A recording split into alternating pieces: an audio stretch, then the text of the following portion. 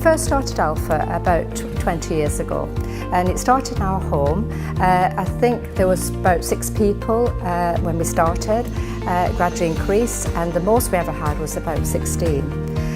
It was really an exciting journey, but then about 6 years ago we had it in the church, a big launch with a Chinese meal, and we couldn't believe it when the numbers soared to about over 100. We had 160 that was down in the church, and so we've been really pleased about the fact it's carried on over 20 years.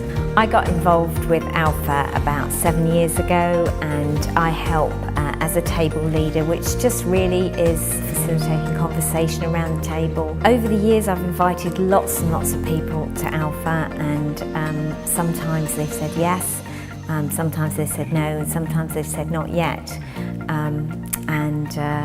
You know, it's very exciting when they do come and they do find Christ.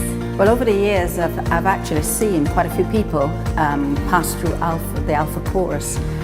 I don't suppose we'll ever know the outcome of many of them, but every so often I will meet somebody who actually remembers Alpha, and I can remember one that came to our Alpha at the home, and it was 10 years later, and she'd emigrated to New Zealand and wrote to us to say that she was getting baptized, and thanks for having me at Alpha.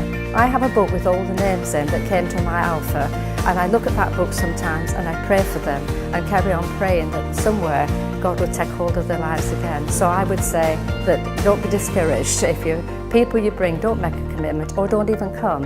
It's just the first step, and God can use that.